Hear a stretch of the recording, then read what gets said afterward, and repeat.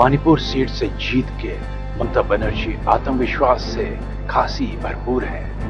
उन्होंने अब खुलकर कांग्रेस पर हमला बोलना शुरू कर दिया है। ममता बनर्जी के लिखे एक लेख से जाहिर है कि टीएमसी अब भाजपा के खिलाफ विपक्षी एकता की मुख्य सूत्रधार बनना चाहती है। इस लेख में ममता बनर्जी ने लिखा है कि कांग्रेस भाजपा के खिलाफ लड़ाई लड़ने से पूरी तरह विफल रही है, इसलिए भारत के लोगों ने तृणमूल कांग्रेस को फांसीवादी भगवा पार्टी को हटाकर एक नया भारत बनाने की जिम्मेदारी दी है।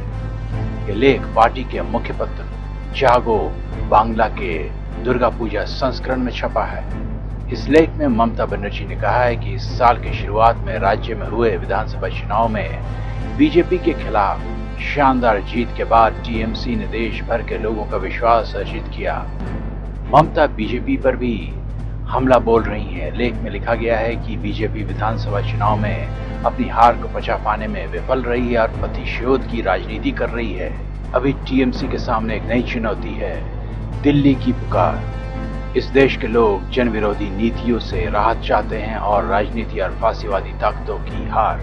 विधानसभा चुनाव में बीजेपी को हराने के बाद ममता बनर्जी ने जुलाई में दिल्ली का दौरा किया और 2024 के लोकसभा चुनाव से पहले बीजेपी विरोधी दलों के गठबंधन को साथ लाने के तरीकों का पता लगाने के लिए विपक्षी नेताओं के साथ बातचीत की थी। इस लेख में ममता बनर्जी ने कहा कि देश के लोग अब टीएमसी को लेकर एक नए भारत का सपना देख रहे हैं। बंगाल की सीमाओं को पार करते हुए टीएमसी को विभिन्न राज्यों से फोन आ रहे हैं। वे चाहते हैं कि बंगाल नए भारत के लिए लड़ाई का नेतृत्व करे। इसलिए हम कह रहे हैं कि हमें लोगों की पुकार का जवाब देना है, हमें लोगों की इच्छाओं को पूरा करना है और सभी बीजेपी विरोधी ताकतों को एक मंच पर लाना है। हाल ही में ममता बनर्जी की टीएमसी ने कांग्रेस को एक बड़ा झटका दिया और सीनियर कांग्रेस नेता और गोवा के पूर्व मुख्यमंत्री फिलेरियो हाल ही में तृणमूल कांग्रेस में शामिल हुए।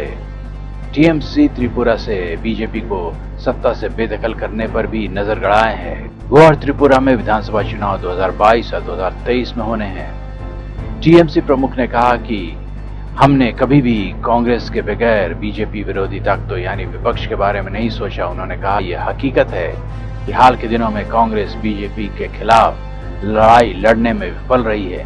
पिछले 2 लोकसभा चुनाव में यह साबित हो गया है। अगर आप केंद्र में टक्कर नहीं दे सकते हैं तो इससे जनता का विश्वास टूट जाता है। बीजेपी को कुछ राज्यों में वोट मिले हैं, मगर हम इस बारे में ऐसा नहीं होने दे सकते। Bureau report, APN.